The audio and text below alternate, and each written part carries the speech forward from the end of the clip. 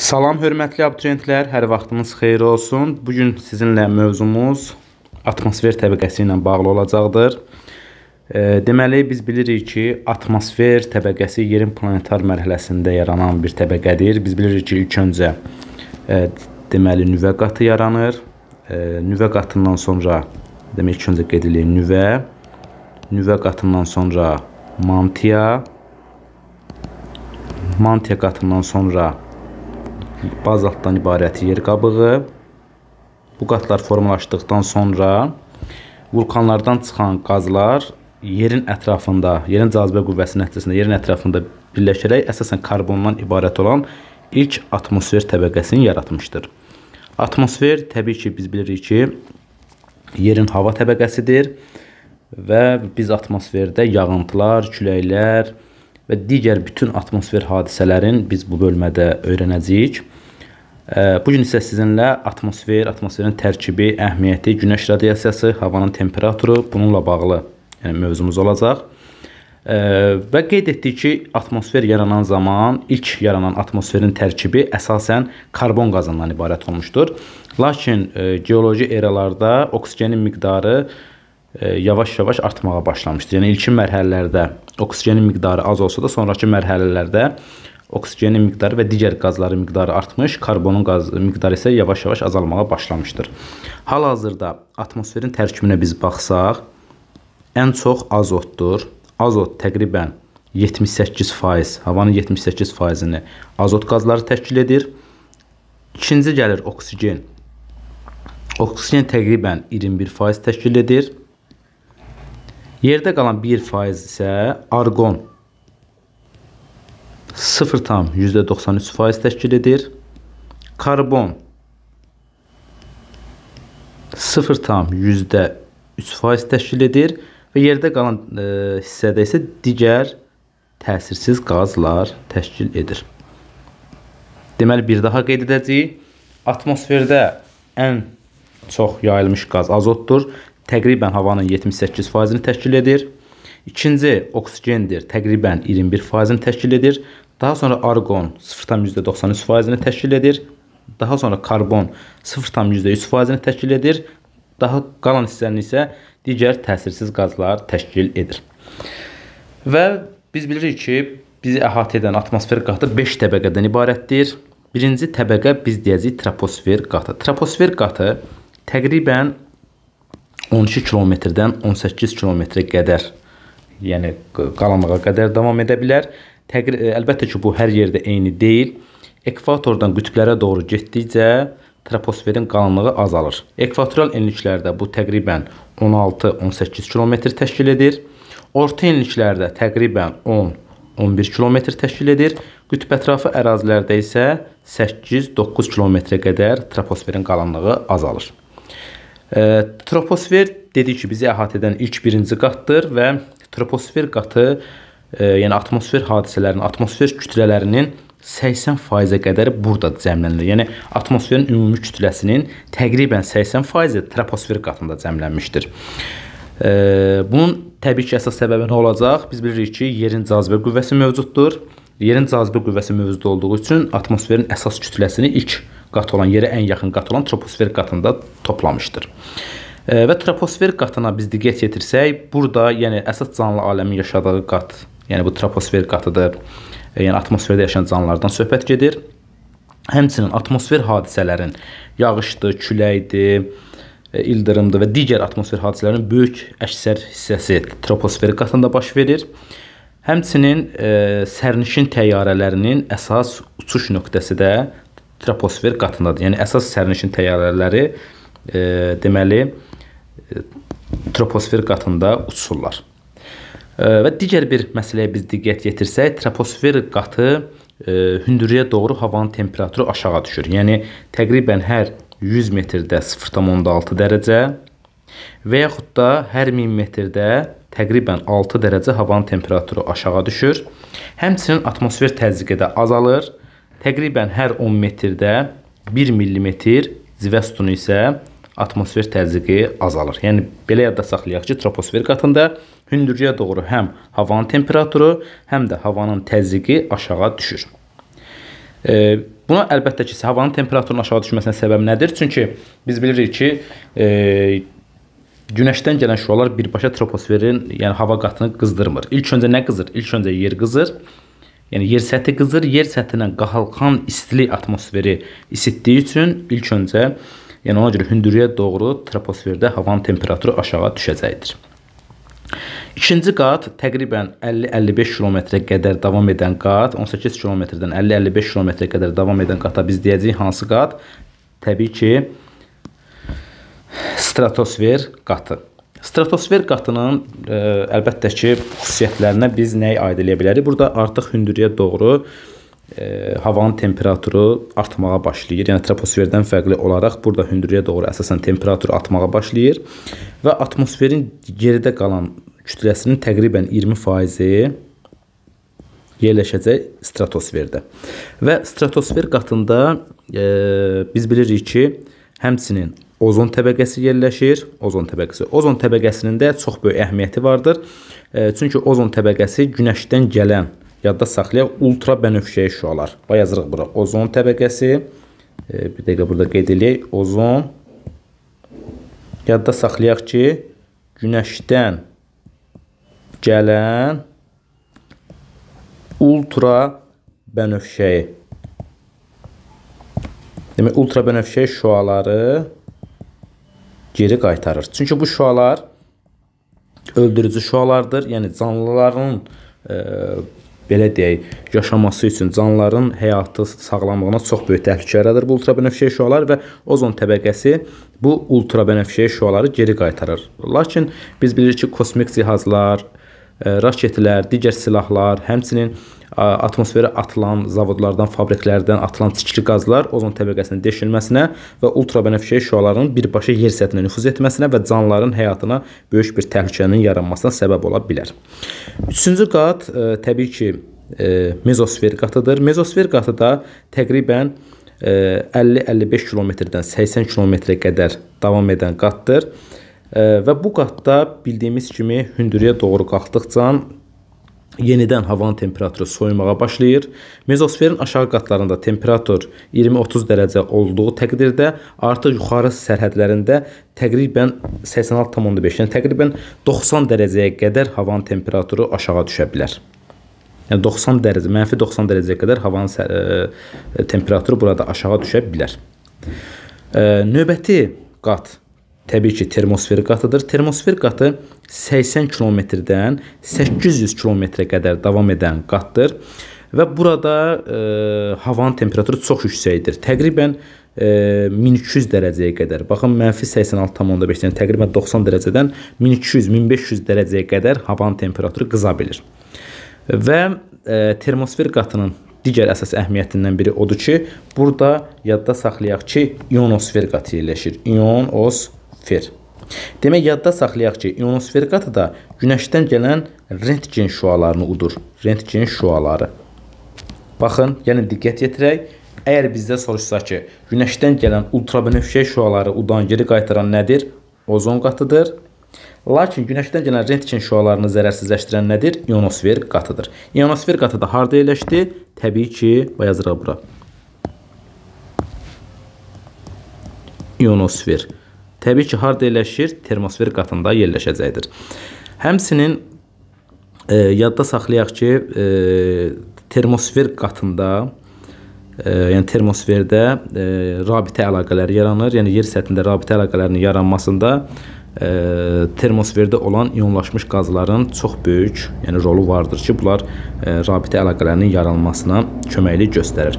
Həmçinin termosferdə qütb parıltıları da müşahidə edilir. Qütb parıltıları. Qeyd edilir. Qütb parıltıları.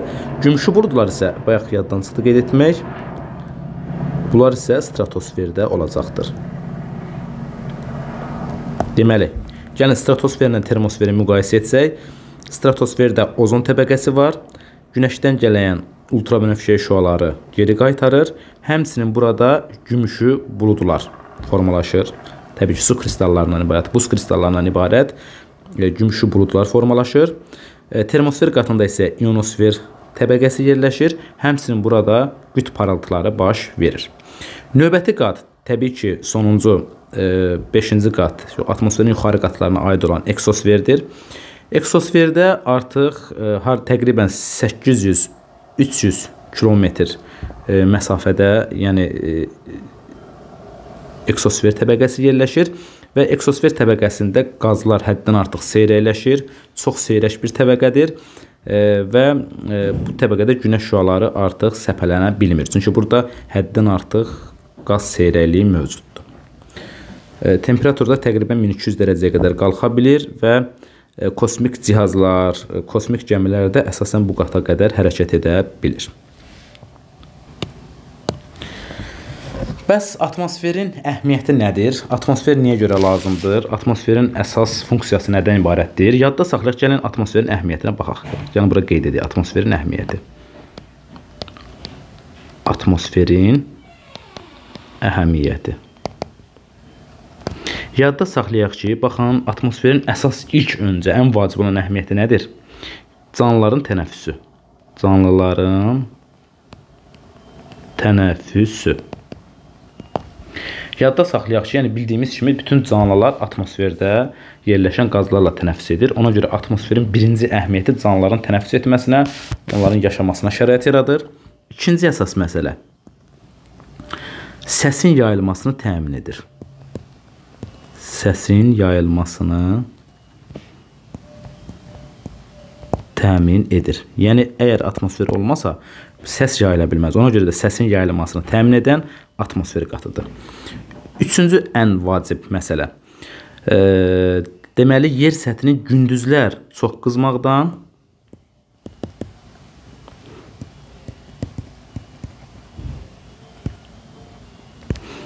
gecələr isə çox soymasının qarşısını alır.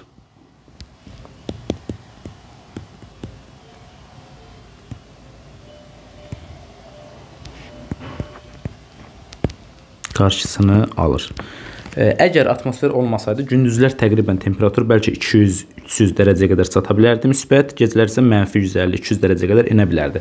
Necə ki, digər planetlərdə normal atmosfer qatı olmadığı üçün orada gündüzlər temperatur həddən artıq çox isti, gecələr isə çox soyuq olur. Amma yer kürəsində normal ıslığa malik atmosfer qatı olduğu üçün burada təbii ki, gündüzlər hava normal olur, qaydasında olur. Gecələrdə, yəni gecə ilə gündüz arasında temperatur fərqi arasında kəskin fərq yaranmır.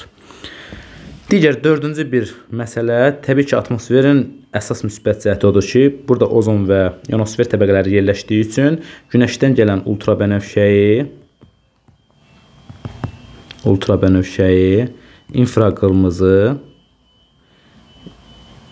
infraqırmızı, həmçinin rentgen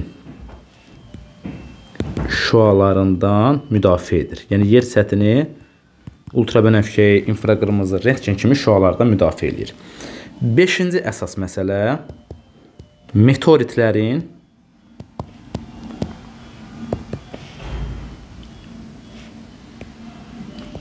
yer səthinə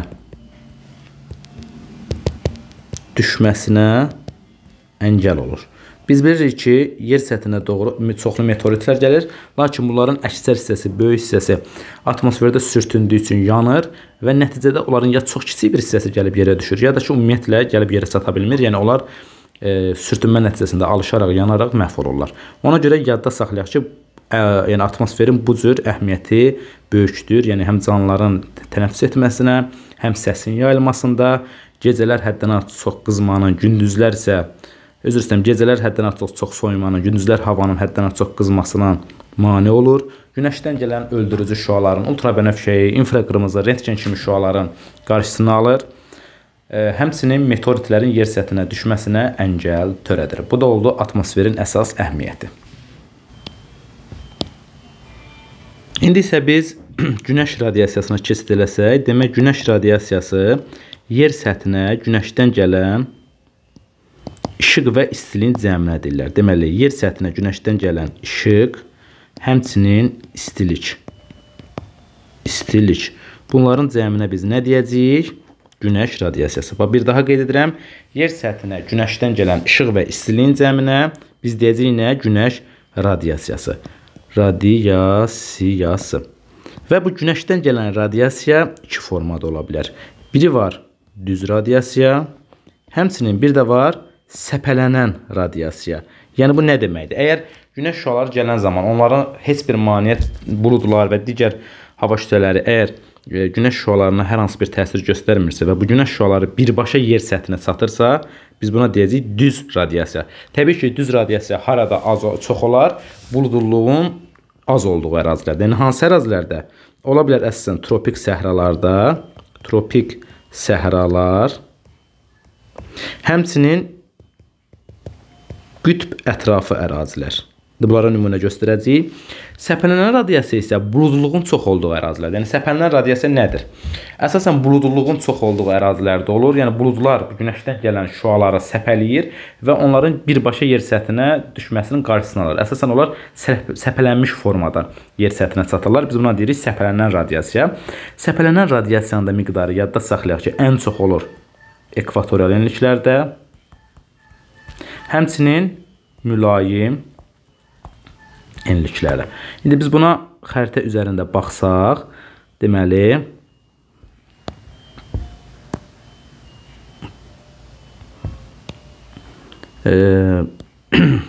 biz deyə bilərik ki, düz radiasiyanın miqdarı dedik ki, əsasən tropik səhralardan. Məsələn, bizə sual düşsə, bilək ki, biz hansı ərazilər seçə bilərik? Tutaq ki, böyük səhra və yadda saxlayaq, bu ərazilərdə düz radiasiyanın miqdarı böyük olacaq. Həmçinin Liviya səhrası, həmçinin Kalahari səhrası, Namib səhrası, Atakama səhrası, Səudi Ərəbistan, ümumiyyətlə Ərəbistan yarımadası bütünlüklə demək olar ki, burası səhralıq ərazilərdir. Həmçinin Mərkəzi Asiyada Qaraqum və Qızılqum səhraları, Turan ovalığı, bu hissələr biz bilirik ki, quru ərazilərdir. Burada buludluluq az olduğu üçün təbii ki, düz radiasiyanın kəmiyyəti daha böyük olar. Həmçinin Avstraliyanın mərkəzi hissələri, Avstraliyada yerləşən səhralar, həmçinin Kaliforniya yarımadasının şimal hissələri, Kaliforniya yarımadasının ərazilərində, həmçinin qütb ətrafı ərazilərdə. Biz bilirik ki, qütb ətrafı ərazilərdə hava şəraiti soyuq olduğu üçün buxarlanma az olur.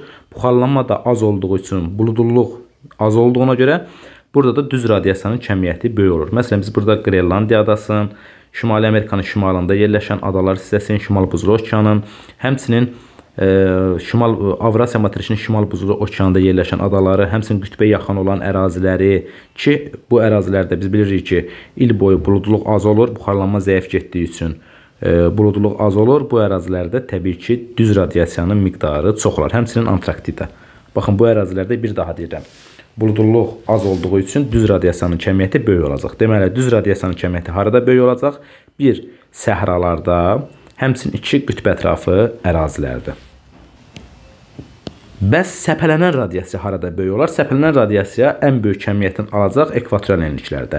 Məsələn, biz bura nümunə göstərə bilərik Amazon ovalığın, nümunə göstərə bilərik Kongo hövzəsinin, nümunə göstərə bilərik Cənub-Şərqi Asiyanın adaların. Bax, bu ərazilərdə deməli, səpələnən radiasiya daha çox olacaq. Səbəb nədir? Buludluluğun çox olması. Həmçinin mülayim enliklərdə, xüsusən mülayimin dəniz iqlim tipində, təbii ki, burada yağıntıların miqdarı çox olduğu üçün, həmçinin musson tiplərdə yağıntıların miqdarı çox olduğu üçün bu ərazilərdə təbii ki, səpələnən radiasiyanın kəmiyyəti daha böyük olacaqdır. Bir daha deyirəm, səbəb nədir?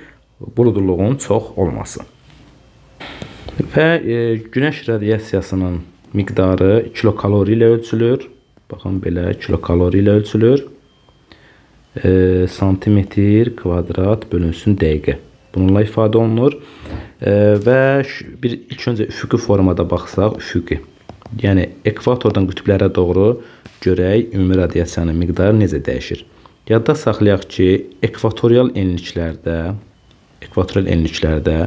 təqribən günəş radiasiyasının miqdarı 140-145 kilokalori təşkil edir. Tropik enliklərdə biz bilirik ki, ekvatorial enliklərdə günəş radiasiyasının çox olmasından səbəb nə idi? Günəşin bura il boyu bucaq altında düşməsidir. Böyük bucaq altında düşməsidir. Tropik enliklərdə bu qalxıb 200-220 kilokaloriyə çatır. 200-220 kilokalori. Bəs bunun səbəbi nədir? Həm bura günəş şüalarının böyük bucaq altına düşməsi, həm də ekvatorial ərazilərdən daha çox olmasının səbəbi burada buludluluğun az olması və nəticədə düz radiasiyanın kəmiyyətinin çoxalması nəticəsində, yəni il ərzində günəş radiasiyasının miqdarı da çoxalır. Üçüncüsü mülayim enliklərə baxaq.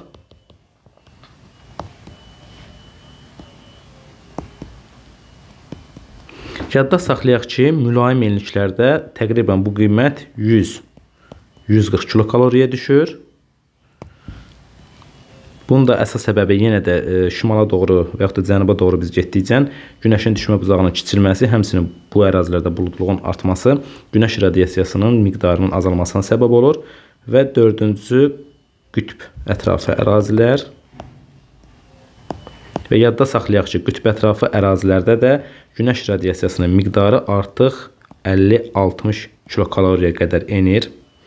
Və bunun da səbəbi qütb ətrafı ərazilərə günəş şüalarının düşmə bucağının çox kiçik olmasıdır. Demək, bir daha qeyd edirik.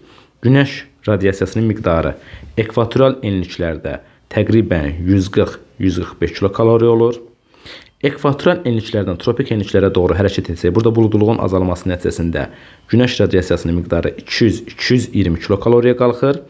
Mülayim enliklərdə 100-140 kilokaloriyə qədər artır, azalır, üzr istəyirəm. Qütb ətrafı ərazilərdə isə ən maksimal səviyyədə azalaraq 50-60 kilokaloriyə bərabər olur. Bəs şaquli formada günəş radiasiyası necə dəyişir? Biz dağların ətəyindən zirvəsinə doğru baxsaq, məsələn, bura yazım aşağı, dağın aşağı, enlik, belə deyək, ətraf əraziləri, bura orta hissəsi olsun, bura isə yüksək dağlıq hissələr. Bura aşağı dağlıq, alçaq dağlıq yazaq, daha doğrusu alçaq dağlıq olsun. Bura orta dağlıq, bura isə yüksək dağlıq. Yadda saxlayaq ki, dağın ətəyindən, yəni alçaq dağlıq ərazidən orta dağlıq əraziyə doğru buludluluq artır. Buludluluq artır. Buludluluq artdığı üçün də yadda saxlayaq ki, günəş radiasiyasının radiasiya nə olacaq? Azalacaq. Azalır. Bir daha qeyd edirəm. Dağın ətəyindən orta dağlığa doğru buludluğun artması ilə təbii ki, günəş radiasiyasının da miqdarı azalacaq. Lakin orta dağlıqdan yüksək dağlığa doğru buludluluq azalır. Buludluluq azalır və buna görə də günəş radiasiyasının miqdarı artır. Günəş radiyasiyası demək nə olur? Artır. Demək, bir daha qeyd edək. Dağlıq ərazilərdən şaquli formada dağın ətəyindən, alçaq dağlıq ərazidən orta dağlıq əraziyə doğru buludluluğun miqdarının artması səbəbilə günəş radiyasiyasının miqdarı azalır. Lakin orta dağlıqdan yüksək dağlığa doğru artıq buludluluq azalır deyə günəş radiasiyasının da miqdarı artacaqdır. Bildiyimiz kimi günəşdən gələn ümumi radiasiya, buraya yazaq ümumi radiasiyanın bir hissəsi yer səthi tərəfindən udulur, digər hissəsi isə əks olunur. Yəni, yer səthinə gələn günəş şüalarının hamısı yer tərəfinə udulmur. Bunların müəyyən hissəsi yer tərəfindən udulur, müəyyən hissəsi isə yer tərəfindən əks olunur. Ona görə də yadda saxlayaq ki, daha açıq rənglər, xüsusən ağ rənglər daha çox əks etdirir. Yəni, günəş şüalarını udmur, daha çox əks etdirir. Lakin daha tünd rənglər isə günəş radiyasiyasını daha çox udur. Bu əks olunmaya biz albedo da deyirik. Albedo. Albedo yer kürəsində təqribən 31% təşkil edir. Lakin hər yerdə belə deyək, albedonun miqdarı eyni deyil. Gəlin indi buna biz diqqətlə baxsaq, görə bilərik ki, albedonun miqdarı belə deyək, ən çox buzdadır. Görürsünüz, buz təqribən 95%-ə qədər əks etdirir. Çünki niyə görə? Çünki açıq səth olduğu üçün yadda saxlayaq ki, buz və yaxud da qar 95%-ə qədər günəş şüalarını əks etdirir. Yəni, buzda udmadan çox əks etdirmə çoxdur. İkinci biz nümunə kimi göstərə bilərik meşə. Meşə təqribən 30% əks etdirir, 70% udur. Torpaq, yadda saxlayaq ki, 25% əks etdirir, 75%-in udur. Qum təqribən 40%-in əks etdirir, 60%-in udur. Su isə təqribən 5-15%-ni əks etdirir, 95-85%-ni isə udur. Ona görə bizə desək ki, albedonu çoxdan aza doğru sıralayın. Ən çox yadınızda saxlayın albedo buz və qarda olacaq. Daha sonra qumda olacaq. Daha sonra torpaqda olacaq. Daha sonra meşə və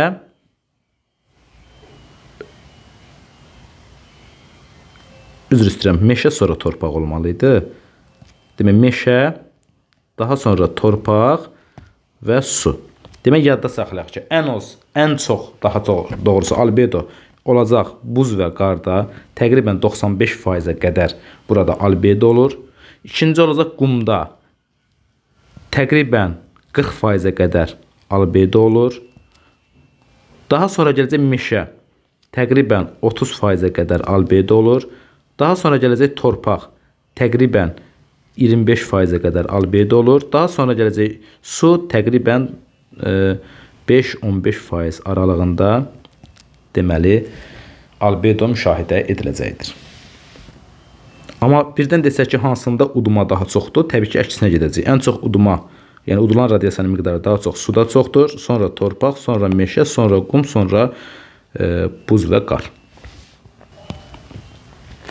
Və biz udulan radiasiya ilə əks olunan radiasiyanın cəminə deyəcək ümumi radiasiya. Baxın, bir daha qeyd edək.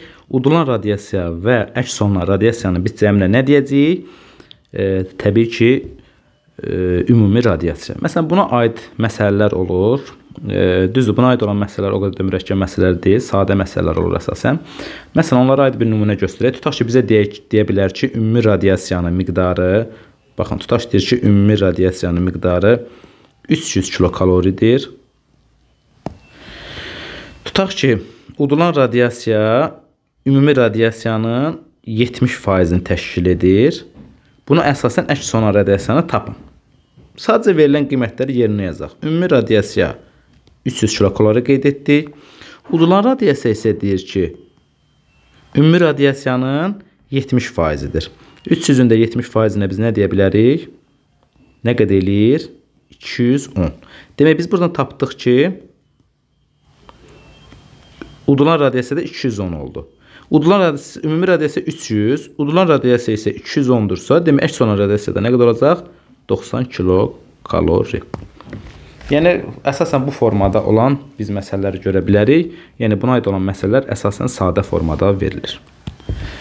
Deməli, biz növbəti dərsimizin növbəti hissəsi isə havanın temperaturu ilə əlaqədardır. Biz bilirik ki, hava atmosferin müəyyən anda müşahidə edilən vəziyyətinə biz deyirik və hava haqqında məlumatlar təbii ki, meteoroloji stansiyalarda sinoptik xidmətlər tərəfindən verilir. Dünyada ən böyük 3 dənə meteoroloji mərkəzlər var. Meteoroloji mərkəz. Yadda saxlayaq ki, onlardan birincisi Rusiyada Moskva. Moskva bu ümumi dünya demək meteoroloji stansiyalardır ki, bunlar dünyanın ən böyük meteoroloji stansiyalarıdır. Birincisi Rusiyada Moskva, ikincisi ABŞ-da, ABŞ ərazisində Vaşinqtonda, Vaşinqton. Üçüncüsü isə Avstraliyada Melbourne.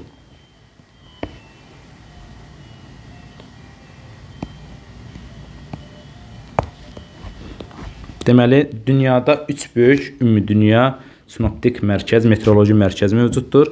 Bunlardan birincisi Rusiyada Moskva şəhərində yerləşir, ikincisi ABŞ-da Vaşinqton şəhərində, üçüncüsü isə Avstraliyada Melbourne şəhərində yerləşəcəkdir. Və biz bilirik ki, ümumiyyətlə havanın temperaturu əsasən günəşin düşmə bucağından asılı olaraq dəyişir. Yəni günəş, üfüqi şəkildə baxsaq, ekvatoral enliklərdə, tropik enliklərdə günəşin düşmə bucağı daha böyük olduğu üçün temperatur da əsasən çox olur.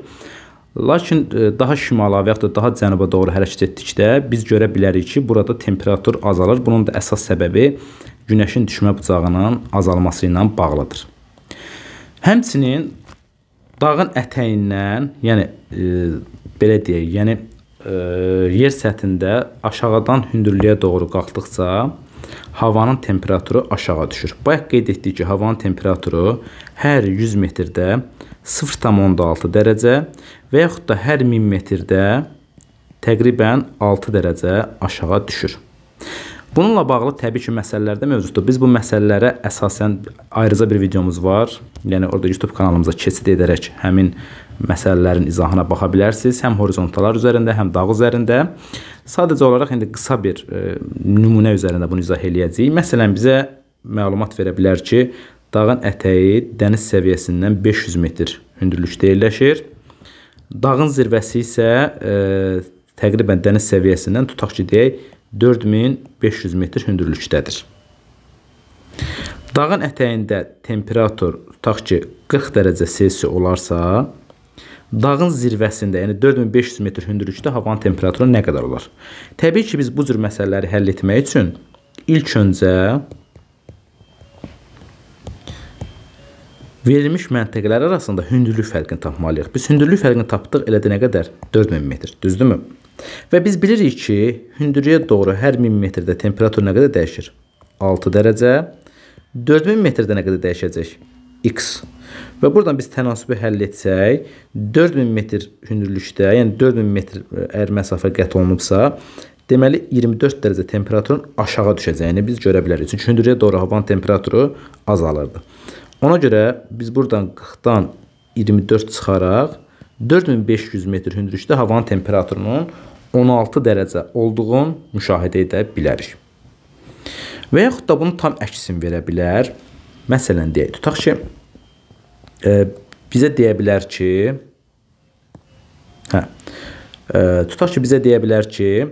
yenə də bir dağ verirəm. Deyirəm ki, dağın ətəyi tutaq ki, dəniz səviyyəsindədir, yəni 0 metrdədir. Dağın zirvəsi isə dəniz səviyyəsindən 3500 metr yüksəklikdədir. Dağın zirvəsində havanın temperaturu 3 dərəcə Selsi olarsa, dağın ətəyində temperatur nə qədər olar? Dağın ətəyində temperatur nə qədər olar, onu hesablayırıq. Yenə də hündürlük fərqinə baxsaq, hündürlük fərqi təbii ki 3500 metrdir. Biz bilirik ki 1000 metrdə, yenə də havanın temperaturu 6 dərəcə, 6 dərəcə dəyişir. Təbii ki 3500-də nə qədər dəyişər?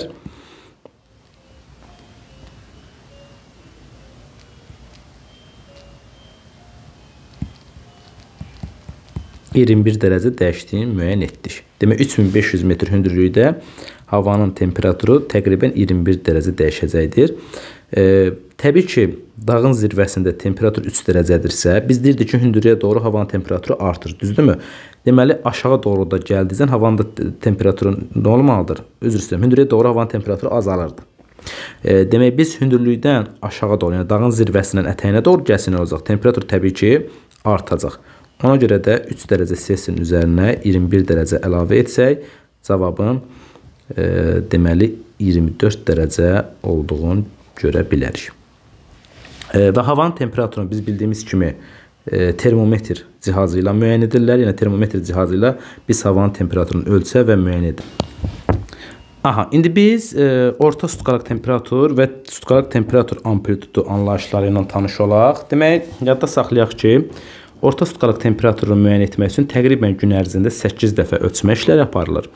Və bu ölçmə işlərində nə qədər temperatur alınıbsa, yəni hər bir saatda həmin saatlar toplanılır və təbii ki, ölçmələrin sayına bölünərək orta temperatur hesablanır. Yəni necə?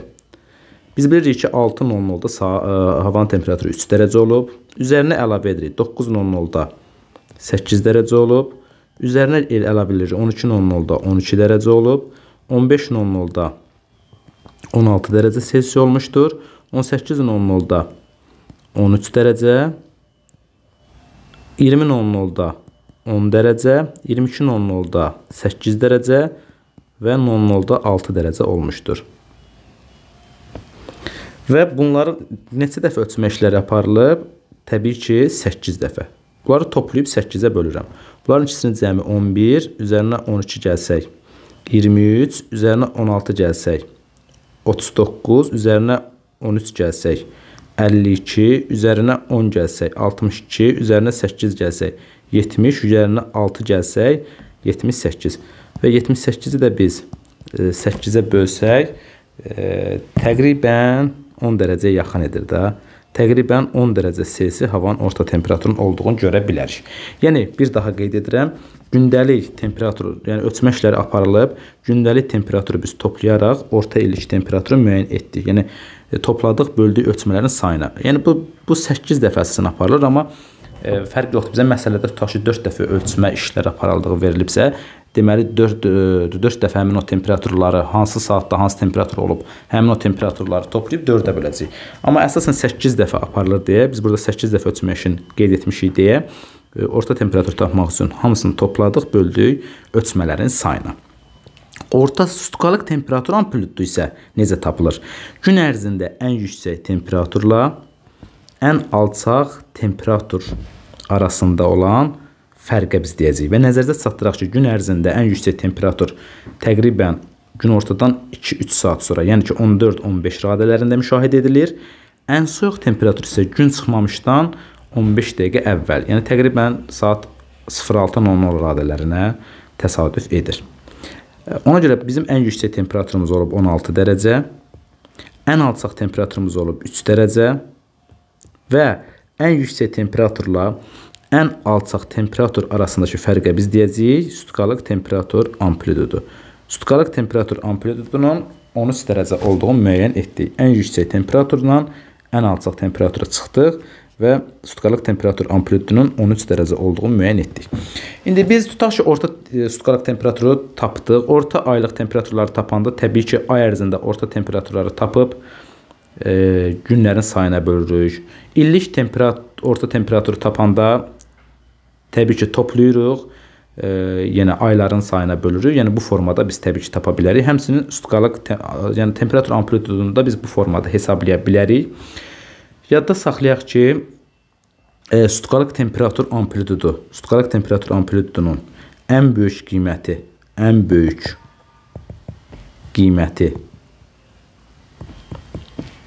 tropik səhralarda,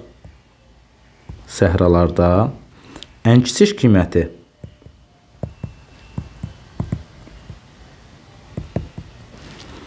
ekvatorial enliklərdə olacaq.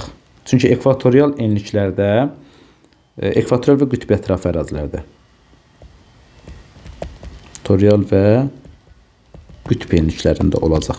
Bir daha qeyd edirəm, sutukalıq temperatur amplitudunun ən böyük kəmiyyəti tropik səhralarda olacaq. Çünki biz bilirik ki, tropik səhralar gündüzlər buludluq az olduğu üçün gündüzlər çox qızır, gecələr isə çox soyuyur. Ona görə burada tropik səhralarda gündəlik temperatur amplitudu çox böyük olacaq. Ən kiçik qiyməti isə ekvatorial və qütb ətrafı ərazilərdə. Çünki ekvatorial gün ərzində havanın temperaturu çox istidir, dəyişmir. Qütb ətrafı ərazilərdə də havanın temperaturu gün ərzində çox soyuqdur, yəni çox da dəyişikliyə məruz qalmır deyə ən kiçik qiymətini də qütb ətrafı və ekvatorial enliklərdə alacaq. Amma illik sutukalıq temperaturu isə, illik temperatur amplitudu isə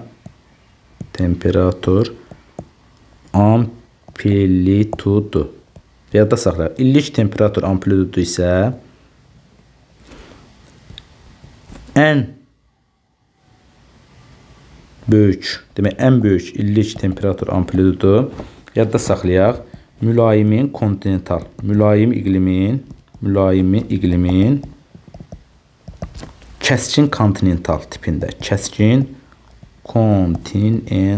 tipində. Məsələn, tutaq ki, Sibir ərazisində ən kiçik qiymətin isə ən kiçik. Yenə də ekvatorial enliklərdə alacaq. Ekvatorial. Bunun səbəbi nədir? Biz bilirik ki, mülayim iqlimin kəskin kontinental tipi yay ərzində temperaturu çox olur. Qışda isə həddən artıq çox şaxta olur.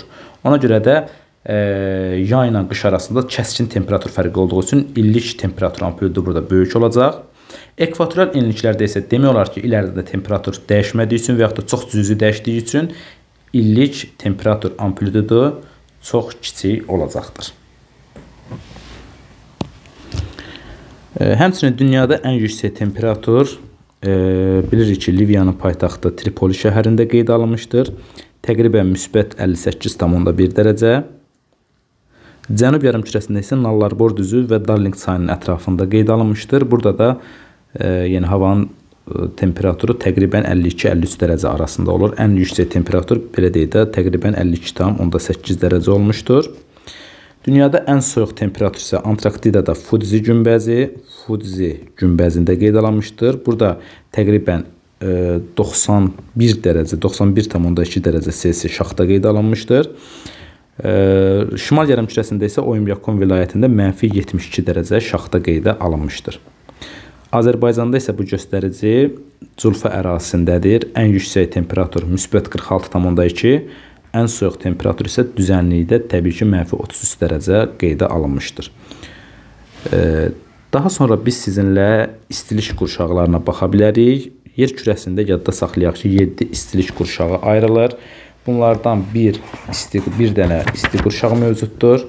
Bir dənə isti qurşaq, 2 mülayim qurşaq, 2 soyuq, 2 isə daimi şaxta qurşaq ayrılmışdır. Demək, bu istilik qurşaqlarının sərhəddi necə müəyyən olunur? İstilik qurşaqlarının sərhəddi tropik enliklərdə orta illik temperatura görə müəyyən olunur. Digər enliklərdə isə ən isti ayın orta temperaturuna görə müəyyən olunur.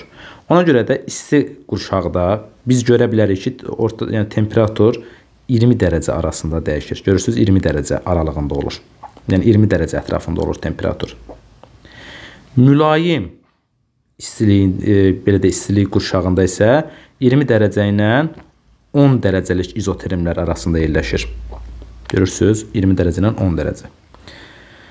Deməli, soyuq qurşaqda 10 dərəcə ilə 0 dərəcə arasında dəyişir. Görürsünüz, həm şimalda, həm cənubda 10 dərəcə ilə 0 dərəcə arasında dəyişir. Daimi şaxta olan ərazilərdə isə 0 dərəcədən daha aşağı olacaqdır.